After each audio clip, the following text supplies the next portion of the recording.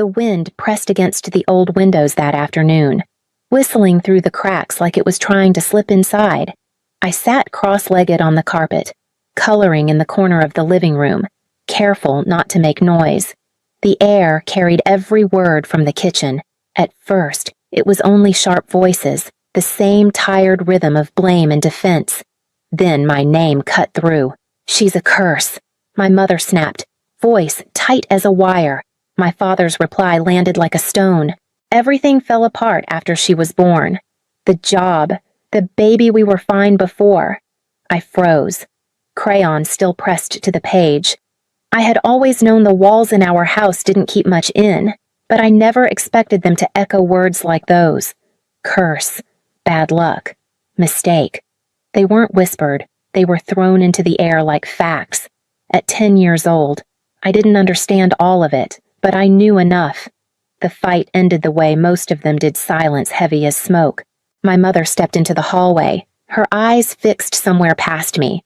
"Go pack a bag," she said. I thought maybe we were visiting someone. Maybe a sleepover. I asked, "For how long?" She didn't answer. "In my room." I folded my favorite jeans, slipped in a hoodie too big for me, and tucked my stuffed rabbit, Penny, deep into the backpack's corner. I felt embarrassed to bring her, but more embarrassed to leave her behind. The drive was quiet, the car heater rattling, my forehead leaning against the window as leaves whipped past in the wind. She didn't look at me. She didn't speak. When she pulled into the driveway across town and left the engine running, I realized the bag wasn't for a visit at all. The car stopped in front of a house I knew well, my grandparents'. I'd spent holidays there, birthdays too, though those celebrations had grown quieter each year. My mother didn't shut off the engine. She kept her hands on the wheel. Eyes forward, knuckles pale. "Get out," she said. I hesitated, waiting for the part where she laughed, or softened, or told me to hurry back inside. None of that came. I opened the door, clutching my backpack, Penny's ear poking through the zipper. The door shut behind me with a final click, and before I could turn back, the car was already rolling away. I rang the bell, my stomach a knot. My grandfather opened the door just a crack, squinting at me. "Maris." "What are you doing here?" His voice carried more weariness than surprise. "My mom dropped me off," I whispered. He looked down the street, the taillights already gone. He sighed, the kind of sound that carried years of surrender. "We can't go against your parents." "Honey." He stepped back just enough to hand me a folded blanket, then closed the door firmly, leaving me on the step. The air grew sharper as the sun sank, and I pulled the blanket tight around my shoulders. I watched the windows, hoping one would open again, but nothing stirred inside. Hours passed before I heard a voice across the street. Maris. It was Mrs. Briggs Lenora, my grandparents' neighbor. She hurried over, her sweater slipping off one shoulder. She didn't ask questions, just ushered me into her home. The warmth hit me first, then the smell of cinnamon and old books. She wrapped me in one of her husband's oversized sweaters, sleeves covering my hands, and set a cup of tea in front of me. I sat on her couch, staring out the window at the house across the street. Its windows stayed dark, curtains drawn, no sign of movement. I kept waiting for headlights, for someone to remember, but the night only deepened, and the silence stretched until it felt permanent. Lenora's spare room became mine within a week. She cleared space in the dresser, tucked my drawings into a shoebox, and set Penny the rabbit on the pillow like it belonged there. Life with her was steady, no shouting, no slammed doors, no surprises. But steadiness didn't erase the absence. At school, the empty chair followed me everywhere. During the spelling bee, when the principal called finalists to the stage, parents filled the front row with cameras and cheers. I looked toward the second row where Lenora sat quietly, hands folded in her lap. Teachers scanned the crowd, waiting for someone else to appear beside her, then gave up. It was the same at art shows, choir concerts, even the spring science fair. Each time my name was announced, applause echoed, but there was always a hollow where my family should have been. That hollow became part of me. as visible as the ribbon pinned to my shirt. Still, I kept writing. Short notes. Awkward cursive. Hi, Mom, I got an A on my test. Dad, I miss you.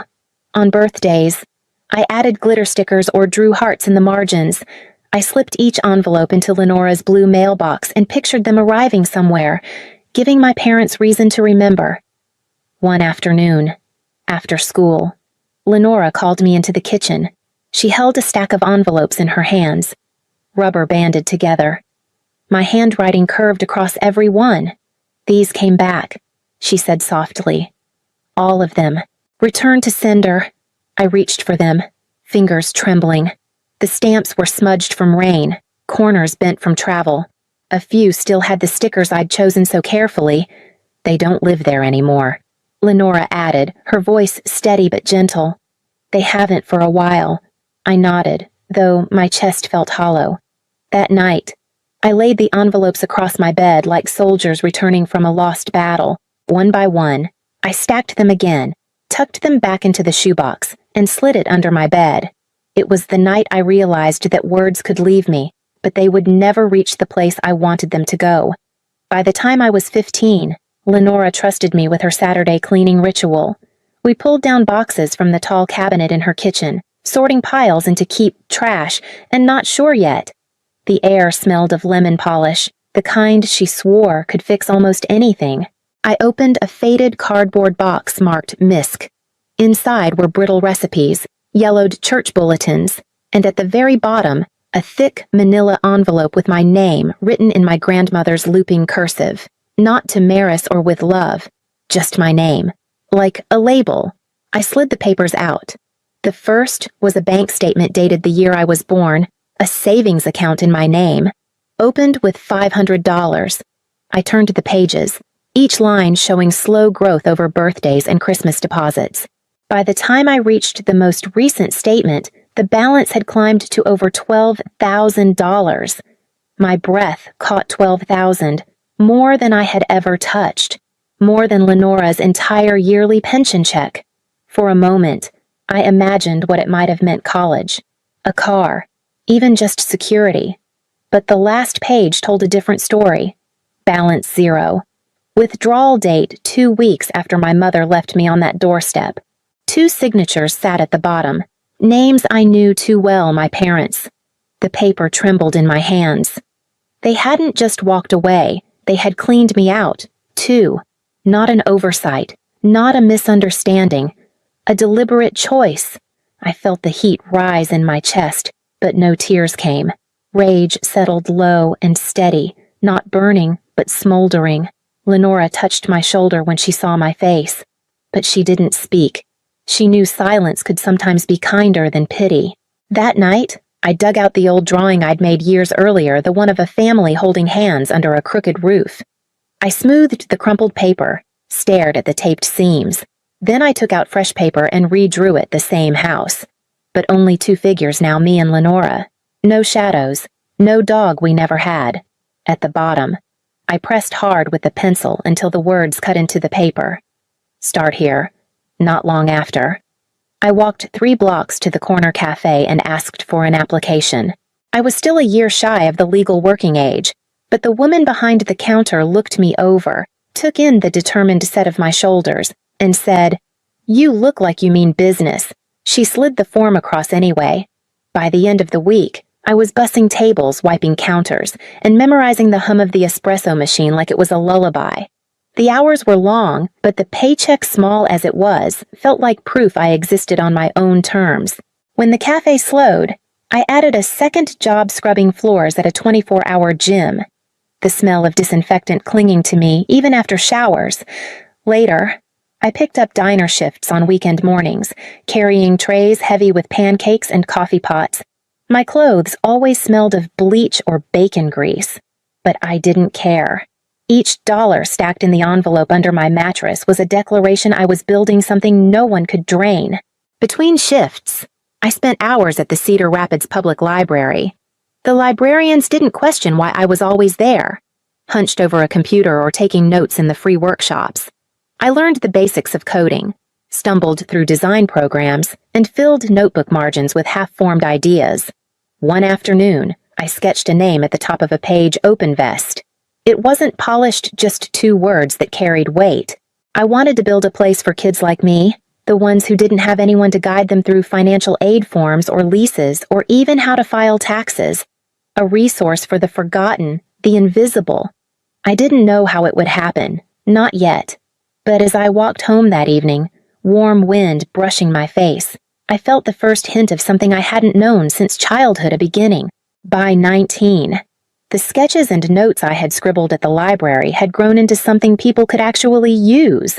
Open Vest was still rough, a basic site with a handful of guides I wrote myself, but the message caught on.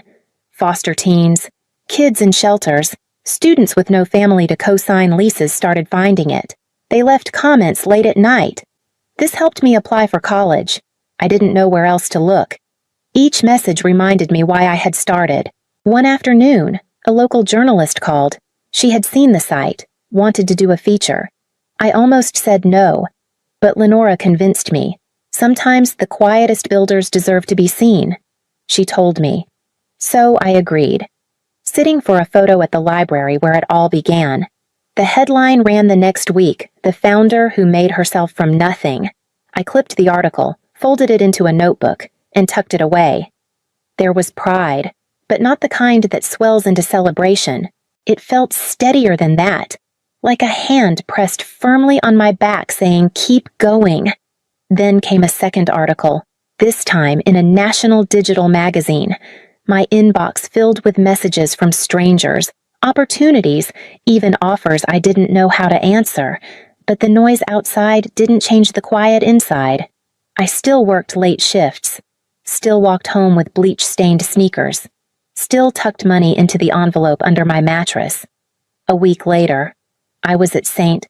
Luke's Hospital with Lenora, who had twisted her ankle on her porch steps, while she was taken back for x-rays. I waited in the lobby, scrolling my phone absent-mindedly. That's when I heard her voice. I looked up and saw my mother across the hall, leaning over a girl who couldn't have been more than 12. Her tone was soft, her hand steady on the child's shoulder, gentle in a way I had never received. Her eyes lifted briefly, brushed over me, then moved on. No pause, no recognition, as if I were just another stranger in the waiting room. I sat frozen, the sound of her voice lingering, wondering which cut deeper, that she had forgotten me, or that she hadn't and chose not to see me anyway. 2 decades had passed since the night Lenora wrapped me in her husband's sweater. By 30, I was in Austin, running an office with glass walls and a team who believed in the mission of Open Vest. The hum of keyboards, the shuffle of papers, the steady rhythm of building something from nothing, it all felt like the life I had once drawn in pencil and labeled "Start Here." One morning, a stack of unopened mail sat on my desk, and among the flyers and bank statements was a cream-colored envelope, heavy stock. My name typed neatly on the front. The return address wasn't a person, but a law firm in Cedar Rapids. Inside was a letter written in clinical language, but sharp enough to cut. My parents, through counsel, were requesting that I help pay for my younger brother's college tuition. They framed it as an act of continuity, a gesture of family responsibility. They cited the years they raised and supported you as justification. I read the phrase twice. The years they raised and supported me. The words were so clean on paper, so absolute. It was as if the doorstep, the blanket, the returned letters, the drained account had never existed. Before the disbelief could settle, another blow arrived in my inbox. An email from my uncle, subject line family duty. He wrote that we all make sacrifices for kin, that blood ties come with obligations, that I had been given a chance and now it was my turn to give back. I didn't reply. I printed the letter and the email, placed them side by side on my desk, and wrote a note in thick black marker across a sticky pad. My silence is not an agreement, it's a boundary. I pressed it to the top page, slid everything into a manila folder, and locked it away. But as I turned the key, I knew the past wasn't finished testing how much I was willing to endure in the name of family. The package arrived in an ordinary cardboard box, No return address. Just a scribbled note inside. Found this in storage. Thought it might be yours. Beneath the note was a plastic grocery bag, brittle with age, wrapped around a VHS tape. I borrowed a converter from the IT guy in my office building and slid the tape into the machine. The grainy image flickered onto the screen.